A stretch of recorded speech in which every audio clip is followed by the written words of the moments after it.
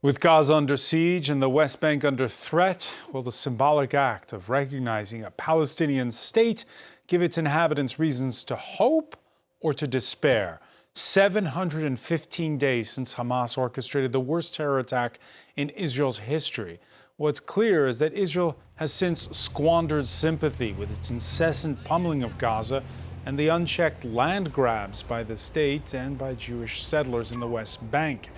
Among the dozens of nations recognizing Palestine, former colonial powers Britain and France, home to both Europe's largest Muslim and Jewish populations, are joining the club.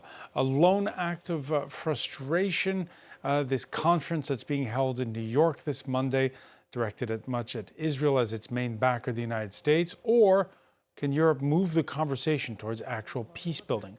We'll ask our panel and gauge the mood with our correspondents. We'll also ask about the us versus them statements of Israel's prime minister in the face of calls for international isolation and sporting boycotts. Critics comparing the pressure to that exerted in its day on apartheid South Africa. But in this showdown, there is no Nelson Mandela figure, at least not so far. Where is the leadership on both sides and the actors who can do the bargaining in good faith? Today in the France 24 debate, will recognizing Palestine help or hurt the Palestinians? Joining us from Washington, he was a former Middle East envoy under Presidents Clinton and Obama. Dennis Ross, fellow at the Washington Institute think tank. Your latest book, Statecraft 2.0, What America Needs to Lead in a Multipolar World. Thank you for being with us. My pleasure.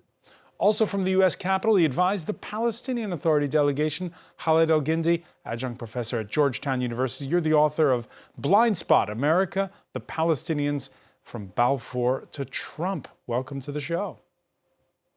Thanks for having me. We welcome back Avi Meyerstein, founder and president of the civil society organization Alliance for Middle East Peace. Good to see you. Good to be back with you. And Yasmina Asragis, research associate at Princeton University, co-founder of the Atlantic Middle East Forum. Your remit is studying the Abraham Accords that Donald Trump struck in his first term as president. Thanks for joining us. Thank you. On the go, you can always listen to the show, by the way, wherever podcasts are streamed. After the UK, Canada, Australia, and Portugal on Sunday, France and at least 5 more European nations said to recognize the state of Palestine. France, where left-wing city halls this Monday flew the Palestinian flag in solidarity with Gaza. This despite a ban from the right-wing interior minister. For the president, it's a political balancing act at home. Emmanuel Macron launched this initiative, a 2-state solution conference during UN week, but also adding conditions and steps to this opening to the, for instance, before he would actually open a French embassy in Palestine. He spoke on Sunday to CBS television. We have a first phase, which is, I would say, the emergency phase. Ceasefire, release of all hostages, and third, restoring the humanitarian roads and the stabilization of Gaza. You have a second package, which is the day after. We will revert on that, how to organize Gaza in terms of governance, security, and reconstruction. And third package, the perspective of the 2 states. But recognizing a Palestinian state today is the only way to provide a political solution to a situation which has to stop. Providing a political solution to a situation which has to stop. Dennis Ross, your reaction listening to the French president? Look, I understand his motivation. I think the intentions are the right intentions. I'm just not sure this is the right move. It is a symbolic move. You said it earlier, introducing us. This is a symbolic move. It's not going to change anything on the ground. I think it's designed by him to give some hope to the Palestinians. I understand the desire to give hope. I think it's driven by a sense of frustration over the inability to move this Israeli government to get it to change its approach. My worry, among other things, is that by making this move, it's strengthening the hand within this Israeli government of people like Ben-Gvir and Smotrich, and we are seeing the Likud party basically come out and say, all right, now let's annex. I think that's a huge mistake. And I also feel at a certain level, Symbolism can be important at times, but symbolism that isn't connected to very practical steps on the ground at the same time tends to perpetuate symbolism. If one of the things that has plagued the Palestinian national movement, it has always been that it's focused far more on symbolism than on substance.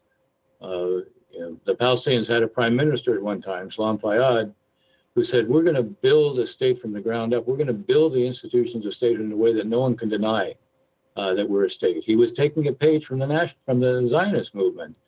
I would prefer to see that. I would prefer to see the Europeans working with the Palestinians on those lines. I would have preferred to see President of France organizing an approach to do two things. One, to focus on how not only you call for humanitarian assistance, but how you even put together a group, maybe security groups, maybe contractors, maybe even offering their forces to go in and distribute humanitarian assistance so it goes to who needs it within Gaza, as well as in the day after plan to spell out specific steps. One of the best ways to put real pressure on Netanyahu is to show there is an alternative to Hamas for what comes, but the only way you're going to get an alternative to Hamas in Gaza is by ending the war.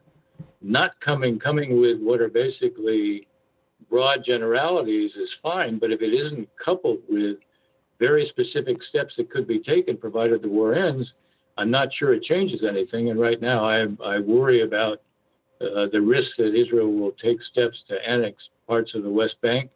Right now, that doesn't depend on France and others. It depends on President Trump basically telling Prime Minister Netanyahu not to do it.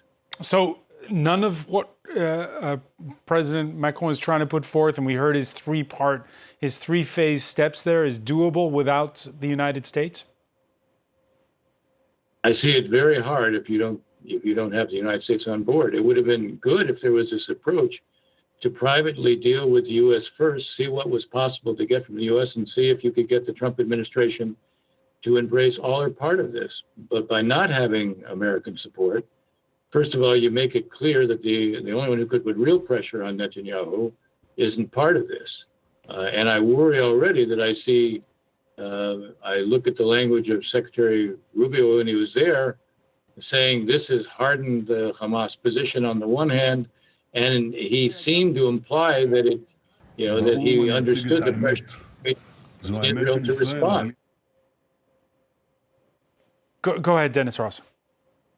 I was just saying it's some of what Rubio seemed to be saying was not just to criticize the move for hardening the Hamas response, but also creating a justification, seeming understanding that puts pressure on Israel to respond. I would have preferred to see a position on our part that says, even if we oppose this, we will oppose Israeli moves towards annexation in the West Bank, which I think will only make a bad situation already worse. Khaled El-Gindi, you agree that this recognition of Palestine at this particular moment emboldens not necessarily Hamas more, but certainly Israeli hawks more?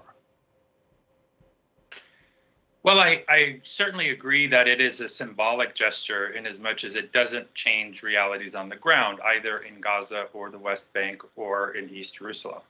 I'm not sure that it emboldens this very, very extreme Israeli government more than it's already been emboldened, frankly, by the United States. It has had a blank check, not only for continuing to carry out atrocities and deliberate starvation in Gaza, but also, as you said, the land grabs, destruction of infrastructure, sort of carrying the Gaza model to parts of the West Bank in very, very destructive ways. All of those have proceeded apace while the world just sort of sat on its hands doing nothing. And so if you want to not embolden this very extreme Israeli government, I think the answer to that is to create costs for those kinds of actions. Not to coddle Israel more, not to give them more reassurances, because at the end of the day, if annexation happens, it's not because France or Luxembourg or Canada recognize the Palestinian state. It's because you have an extremist government that Netanyahu, that a desperate Prime Minister Netanyahu is beholden to, that is committed to the dream of Greater Israel. Now, maybe these actions might accelerate those kinds of annexation moves, but it's pretty clear annexation is happening both de facto and de jure already. It just hasn't been declared that Israel officially announces that it's extending its sovereignty to specific parts of the West Bank. But that's a technicality. Annexation is happening each and every day. And at the same time, Gaza is being annihilated. So what more? It's hard to imagine how much more emboldened this government in Israel could be than what we've seen over the last 2 years. So how much leverage without the United States does Europe have? We saw that last week they started talking about a review of the commercial association agreement and about sanctions. Yeah, I mean, Europe has a lot of leverage. Europe is Israel's largest trading partner. Europe obviously has enormous weight as the European Union, but also individual members of the EU, France and others being among them. There's quite a lot that France can do or that Europeans can do that they haven't done. And it's mostly in the realm of creating costs. They have tried sort of the American approach of the last 30 years, which is to constantly reassure Israel and sort of heap reassurances on them in the hope that that will somehow make them more comfortable to take risks for peace. I mean, that's a absolutely categorically failed approach. We have 30 years of empirical evidence of its failure. And so the only way to change Israel's behavior is by creating costs and consequences. Rather than shielding Israel from those consequences, it can impose sanctions. It can limit its trade. All of these things it has refused to do, I think in large part, not only out of a fear of the reaction from Israel, but also maybe more so the reaction from the Trump administration. And if this move to recognize a Palestinian state says anything at all, I think it is as much a vote of no confidence against the United States as it is a message to the Israelis. And that is America's handling of this issue for many, many years has been a complete failure. So it's positive in the sense that the world community is distancing itself from the United States' failed approach. There is a domestic calculus. I'll bring you in, Yasmina Asragis, in all of this. And we saw it this Monday here in France with some politicians hailing Macron's move and others blasting it. But there's been this shift, hasn't there, in the last year in particular, in public opinion here? Well, there is a demand for President Macron to actually do something, because this appearance of Europe in general, but France in particular, who has the largest population of both Jews and Muslims in its country, requires some strong actions.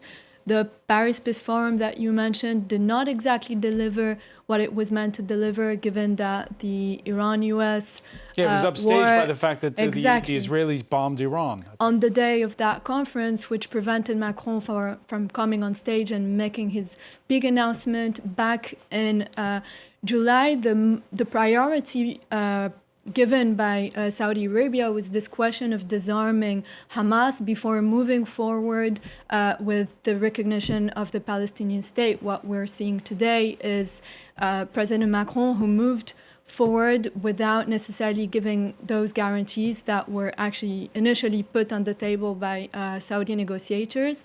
What we are also seeing today at 3 p.m. New York time is that Saudi Arabia is represented by its Minister of Foreign Affairs and not MBS himself. Why is the Crown Prince not there? Well, this is a message, in my interpretation, that Saudi Arabia is also negotiating its own deal and is also engaging in direct conversation with Israel, even if those conversations are discreet, and Saudi Arabia is extremely close to Jared Kushner, who's also implementing and trying to push forward his plan with Tony Blair. That was. So are you saying the Saudis are undermining the French? Well, we're not seeing MBS at the UN, so this question is to be asked. Avi Meyerstein, do you care to answer it? I don't know, but when I heard that news, I did wonder what's behind it. But I think if I could, so much of what's been said here is super important and frankly, not even contradictory. But the framing is something that I think we have to make sure we get right. We're talking a lot about the recognition of Palestine, which is obviously a big news item and very important to Palestinians and frankly to Israelis as well. But this is much bigger. This is the New York Declaration that's really on the table. None of this is happening in a vacuum. And so it's a much bigger package and a much more detailed set of ideas and proposals than simply recognizing a Palestinian state. And part of the challenge that I think this whole effort has been having, at least in trying to land better in Israel, has been that it's been completely misrepresented as a unilateral recognition of Palestine with nothing to offer Israelis, when in fact it's all about a regional end of conflict, recognizing Israel and Palestine together and their security needs, of course, ending the war, creating a pathway out of this abyss. So it's quite connected to everybody's security. And the sooner we can get out of this unilateral recognition framework, the sooner we can talk about all the practical implications and not just the symbolic ones. There's always, again, this domestic calculus, though, Avi Meyerstein. Let's talk about the UK's Prime Minister's messaging. He has to appeal to splits within his own country and within his own Labour Party. And we saw that in announcing that recognition of a Palestinian state, he fended off the pro-Netanyahu argument that this only emboldens Hamas. Let's take a listen.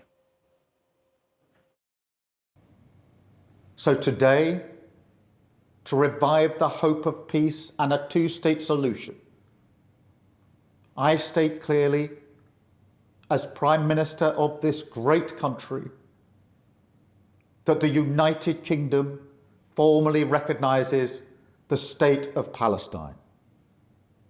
Let's be frank. Hamas is a brutal terror organisation.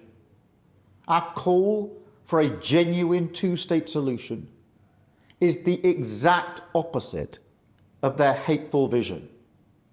So we are clear, this solution is not a reward for Hamas because it means Hamas can have no future, no role in government, no role in security.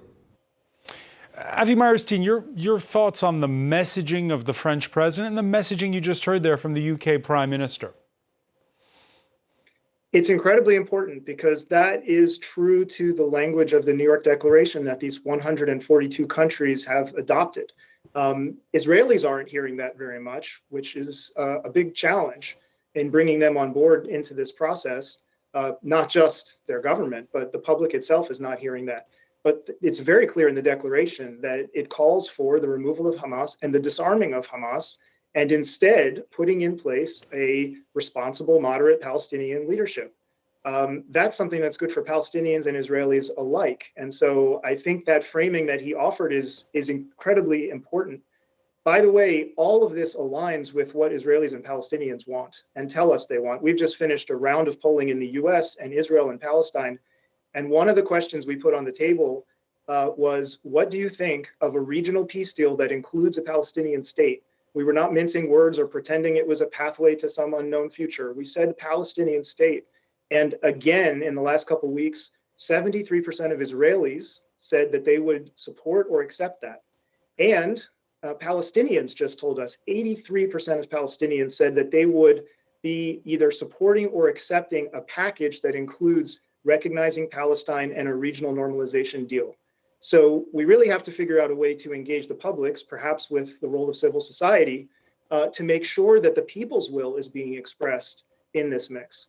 So you have, on the one hand, what's being discussed in New York. On the other hand, the warning issued by Israel's prime minister that support for a Palestinian state will only harden his far-right government stance. This was Benjamin Netanyahu speaking over the weekend. A Palestinian state will not be established west of the Jordan River. The response to the latest attempt to impose a terrorist state in the heart of our land will be given after my return from the United States. Wait for it. And for more, let's go to the West Bank and correspondent Catherine Norris-Trent, who is there.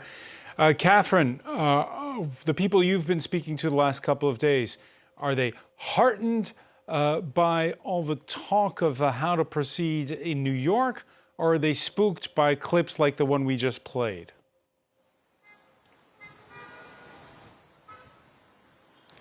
A bit of both, actually, Francois. I think the recognitions by this series of Western states has given people perhaps a glimmer of hope, something to hold on to in the hope that it can lead to more meaningful change.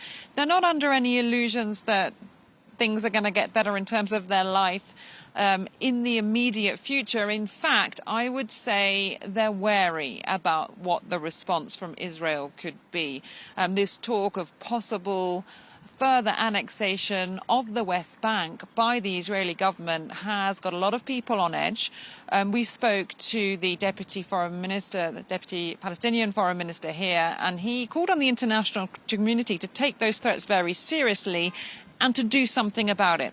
But when you go out into the villages around the West Bank, as we've been doing for the past few days with my colleague Pauline Godard, you meet people who have already had land taken off them, houses burned down, and have been suffering repeated attacks from settlers coming into their village. I want you to listen to one interview we did with a man in the village of Mugahir, just around 25 kilometers from Ramallah, although it takes such a long time to get there because most of the roads to the village are cut off.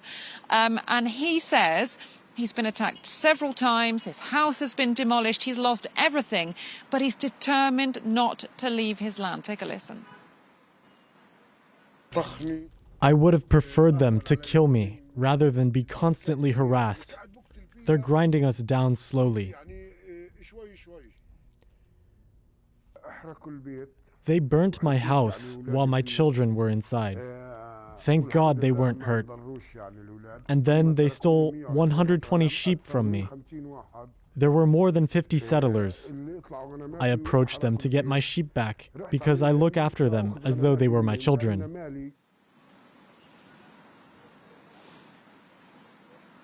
So we met people like this in various places across the occupied West Bank, all saying they're determined they will not be driven off their land, but worried that the situation is going to get worse for them and that the tension, the attacks are now going to ramp up. Catherine Norris-Trent reporting live there from Ramallah. Many thanks for that. Dennis Ross, let me ask you, Donald Trump, would he push back if there is some big announcement of annexation, formal or informal, of the West Bank? Look, the great irony is that he has all the leverage in the world when it comes to Prime Minister Netanyahu. Prime Minister Netanyahu cannot say no to him. He has put him on a pedestal. He has the actions he took by carrying out strikes against Fordo, Isfahan, and Natanz, puts him in a position where there's no way, if he says don't do this, that it's going to happen. We've already seen examples when Prime Minister Netanyahu said there's no starvation and Trump said there was starvation, suddenly the truck started moving. When he said the planes had to turn around because the Iranians had hit Israel with a missile after the ceasefire, the planes were like within a minute of Iranian airspace, they turned around. So the question is not his reaction after the fact. The question is, especially with the prime minister saying his response will come after he sees the president. The irony again of that is if the president doesn't say anything, it's going to look as if he has anointed this, as if he's said it's okay. So it seems to me that Netanyahu is in a position where he may not know what President Trump is prepared to do, and yet if he comes back and he does this, he will say, or at least imply the president supported. And if If he doesn't annex, he will then use as his reason or as his pretext for not doing so that the president has told him not to do it, and Israel can't afford to be opposed to him. So I think that's the issue to watch, is what's going to come out of the meeting that he's scheduled to have with the president, I think, by the end of this week. And can he say yes to Donald Trump and still keep his far-right coalition together? I suspect if he says yes to Donald Trump and uses that as his, look, what choice did we have? I don't see Smotrich leaving. One of the reasons I don't see Smotrich leaving anyway, his threats I don't take so seriously. Smotrich is taking the steps that he wants on the ground in the West Bank right now. He refers to it as de facto sovereignty. Those are his words. He wants the de jure sovereignty by declaring annexation. But the fact is, he knows if he's out of government, he can't take those steps. So I think this is more of a bluff on his part than anything else. But it's pretty clear that the prime minister seems to take it seriously, and he will certainly use President Trump as a justification, I'm afraid, either way, either if he acts or if he doesn't act. Khaled El-Gindi, you agree? Well, I certainly agree that President Trump has enormous influence over Prime Minister Netanyahu. And if he wanted annexation to cease, he'd pick up the phone and say, make it so. And the same way, if President Trump genuinely wanted a ceasefire in Gaza, he could also pick up the phone and say, make this stop. In the same way that he said he did so before coming to office in January, and we saw a ceasefire take hold for at least several weeks before Israel decided to unilaterally break that. But I'm not sure that the president cares that much. He certainly doesn't care much about what is happening in Gaza. He told Prime Minister, look, I'm fine if you want to continue with phase 2 of the ceasefire or not. It's up to you. If you want to break it, go ahead. He was fine with the bombing of the Qatari capital in Doha and an attempt to kill the people that Israel was presumably negotiating a ceasefire with. So I think if we ever needed evidence that Israel wasn't serious about a ceasefire hostage deal, it was its attempt to kill the people it was negotiating with. Again, President Trump hasn't really tried to rein Israel in any meaningful way.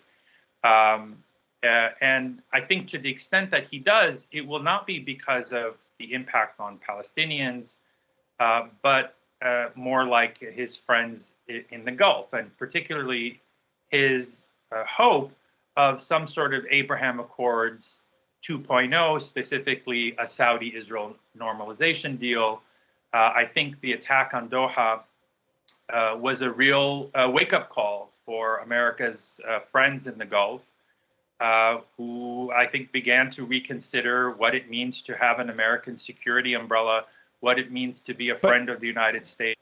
But Khaled, you heard Yasmina earlier asking why isn't the Saudi Crown Prince in New York for this conference, and wondering aloud if the Saudis are kind of looking over the Palestinians' heads. I'm not sure what you mean by looking over the Palestinians' heads. I mean, I think the Saudis have made clear that they're not going to move forward with any concrete normalization steps with Israel for as long as the carnage continues in Gaza and there is no progress toward Palestinian statehood. And the reality is that the Netanyahu government has been crystal clear on both. There will be no ceasefire in Gaza, at least not before Gaza is completely annihilated and its population moved elsewhere. And there, as we just heard a moment ago, there will not be a Palestinian state. And so it could simply be a reflection of the fact that maybe the Saudi leadership doesn't see much hope in the effort that they are co-chairing. I'm not sure that it's necessarily directed at Palestinians. Maybe it's just that they're not deeply invested or don't see much coming out of it. Is that how you read it, Avi Meyerstein? I think everybody's pretty agreed that President Trump could be the key factor in changing the course of this and Prime Minister Netanyahu's decisions and conduct. The question in my mind is what might make President Trump change his course of action on top of where we've been that Khalid just explained.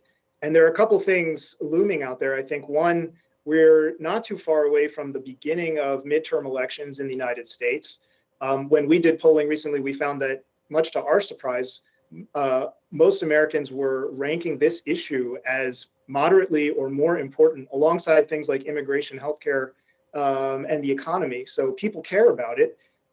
There's a stream of thought in his base of vocal voices who actually are very sympathetic to trying to end the war and what's happening to the civilians in Gaza, and opposed to continued aggression by the Israeli military and so forth. I want to get back to Avi. I want to get back to the issue of U.S. public opinion, but first on this issue about why the Saudis are they going all in with this conference? That they're co-chairing it with the French, or not? Are they all in, the Saudis?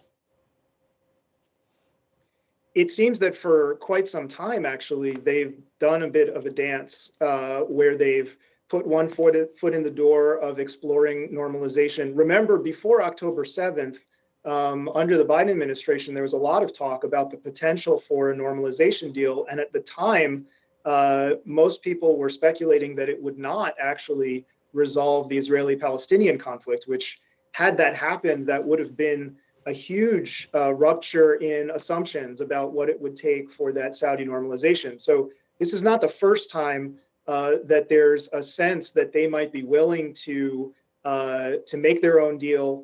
Of course, over the last couple of years, they've also had talks with Iran. I think the Saudis have been exploring all of their options in the region. So it wouldn't be out of character or a surprise if that was the case. Yasmina Asfaragis, does this undermine the cause of the Palestinians trying to get the guns to go silent?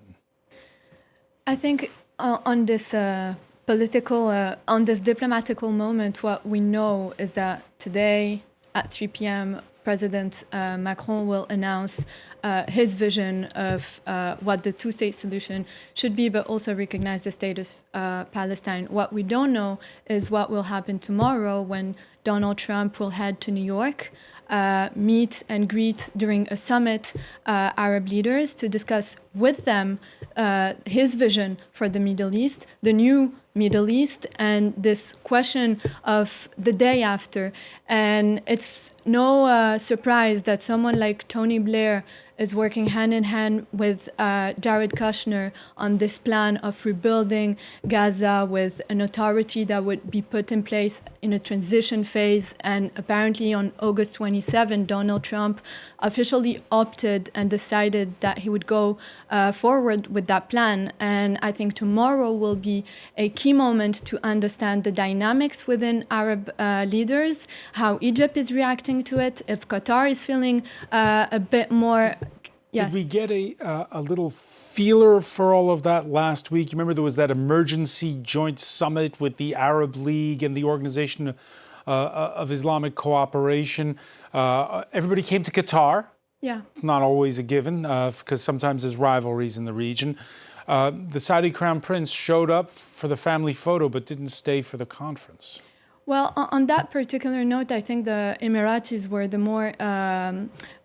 were very visible, and in that sense, MBZ went to Doha and met Al-Thani, and the message was very clear. The red line was very clear. They were saying that if this situation continues, and in a certain way, they've reacted in a way that is much more spectacular than after 2 years of war, and we've seen what was going on in Gaza. But this moment of attacking a GCC stable country was a total red line, and Donald Trump apparently did call the Qataris to warn them, but that was 5 minutes after the attack, based on what the Prime Minister of Qatar said to CNN.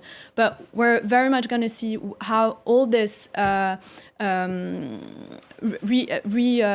assembles the regional geopolitics, and also not to forget that the attack on Qatar happened at the moment where Charles Kirk in the U.S. was shot dead. So you had a concomitant rise of political violence in the U.S. and a situation of escalation. Certainly, the attention was elsewhere at that moment. Absolutely. What about? You mentioned the Emiratis. They talked about a red line if ever Israel decides for an annexation in the West Bank. It's an unusually blunt statement coming from Abu Dhabi, but will they follow through? Well, they've initially signed up for the Abraham Accords based on this idea that Israel would freeze annexation for a duration of 3 years precisely. No one knows exactly why 3 years, but that was the final statement signed by all actors. The question is this a political adventure, or can they really exit the Abraham Accords? And I think at this step of the war and the situation in the region, the GCC countries are talking are more inclined to work together and show a kind of Arab solidarity. Let me ask you, Dennis Ross, are you surprised? There's this pro-Palestinian rhetoric among Gulf Cooperation Council countries. They've pledged billions to Donald Trump in investments. They're not using their leverage much, it seems. Well, I do think this is a very important question, because if Donald Trump is the one who has the leverage on Prime Minister Netanyahu, and he values his relationship with the Saudis and the Emiratis and even the Qataris in particular, this should be the moment where they basically say to him, look, we're prepared to work with you, but here's what we need from you. And he should be doing the equivalent. He should say, here's what I'm prepared to do, A, to prevent annexation, and B, to end the war. Here's what I need from you in terms of specific steps on the ground, not just the rhetoric, but the specific steps on the ground that can be taken to ensure that when this is over, A, Hamas is no longer in control directly or indirectly, B, that there'll be an end to smuggling, you can guarantee it, and C, that there'll be reconstruction for demilitarization. The latter point is just a fact. No one is going to invest, certainly not the Gulf states, in rebuilding what is a monumental task in Gaza unless they know that Hamas can't reconstitute itself. So this is actually a moment for what I think should be a convergence of interest. Certainly, again, what they have to say to him prior to the time that he sees Prime Minister Netanyahu should go a long ways towards influencing what he does with the Prime Minister. Again, the issue of annexation, I think, is one thing, and I do agree, the Emirati red line was unusual for them to state publicly. Knowing them as I do, I would be very surprised if they hadn't communicated that privately to the U.S. and even to the Israelis before it went public, number one. And number two, I do think this is a moment not just to focus on preventing that, but on ending the war and tying it to ensuring that Hamas can't be in control directly or in control in its aftermath. Khaled El-Gindi, you agree that there's perhaps an opportunity here? I'm not sure I see an opportunity, but I do think that folks in the Gulf are sort of reassessing their thoughts about the region, about the United States, about Israel's role in it. You know, the Abraham Accords sort of promised one sort of vision, which is, Israel being integrated into a region that is stable and prosperous as an equal partner. And what they've gotten is something entirely different. And that is, Israel as a regional hegemon that sort of bullies its way across the region, sort of extending the Gaza doctrine to the rest of the region, that it can subdue anyone and everyone in the way that it wants through sheer military force. That isn't, I think, what the Emirates and other Abraham Accords countries signed up for. The whole idea of the Abraham Accords and the thing that the Gulf states cherish more than anything else is stability. And what Israel has brought is precisely the opposite of that. And so if there's an opportunity, I think it is one in which the Gulf states can use that sense of dissatisfaction as leverage with the United States, to use its leverage to contain Israel that is essentially out of control. It is out of control in Gaza. There are no limits. There are no red lines. There's no atrocity that is beyond the pale. Starvation of children, destruction of hospitals and infrastructure. And in the same way, there are no red lines anywhere in the region. And I think the Gulf states will want to see the United States play a different role to contain Israel before moving forward on any kind of normalization with Israel. And that brings us back, Avi Meyerstein, to a point you made earlier. This is the cover of this week's edition of The Economist, how Israel is losing America. Is that a bit of an exaggeration, Avi, to sell magazines, or is it true? There's definitely been movement in lots of portions of the American electorate, especially you can see in the Democratic Party base in particular. And I don't think that's good for Israel or the Palestinians, to be honest.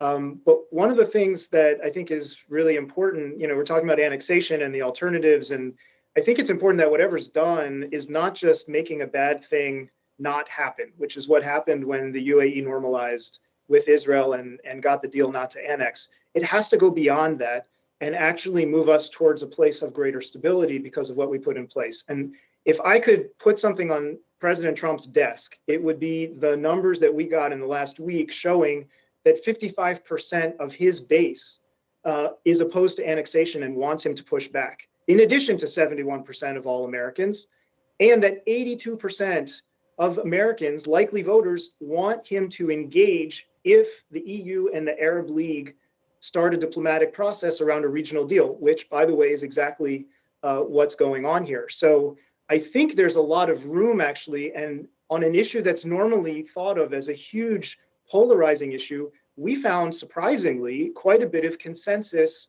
within Americans for constructive steps forward. And I hope that's the kind of information. So why are there that, you just heard Khaled say there's no red lines right now on the part of the Trump administration. Why not? I think part of it, I sure don't know. I think part of it is how this White House operates and how it moves from issue to issue and how it makes decisions. It's hard to draw straight lines through all of it.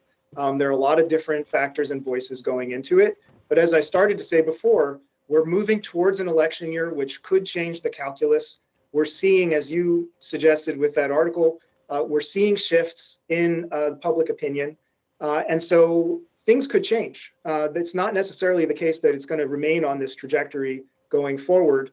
And I think we saw the comments from Steve Witkoff in the last month or so predicting that the war would all be wrapped up by the end of the calendar year, which is obviously far too long for anyone involved. But that was likely a strong signal being sent over to the Israelis, and you started to hear that echo there as well. We're out of time. Yasmin Aswargis, how badly does Donald Trump want that Nobel Peace Prize he keeps talking about? Well, I think part of the way he sees the Abraham Accords is one of his greatest diplomatic success, and for sure he wants to get the Saudi-Israeli deal and be the president who offers that to Israel. Now we have to see how this ceasefire can actually happen. How can we rebuild Gaza and give the Palestinians a better future and eventually political dignity through a real peace process? All right, and we'll be talking about it here on France 24. I want to thank you so much, Yasmin Aswargis, for being with us.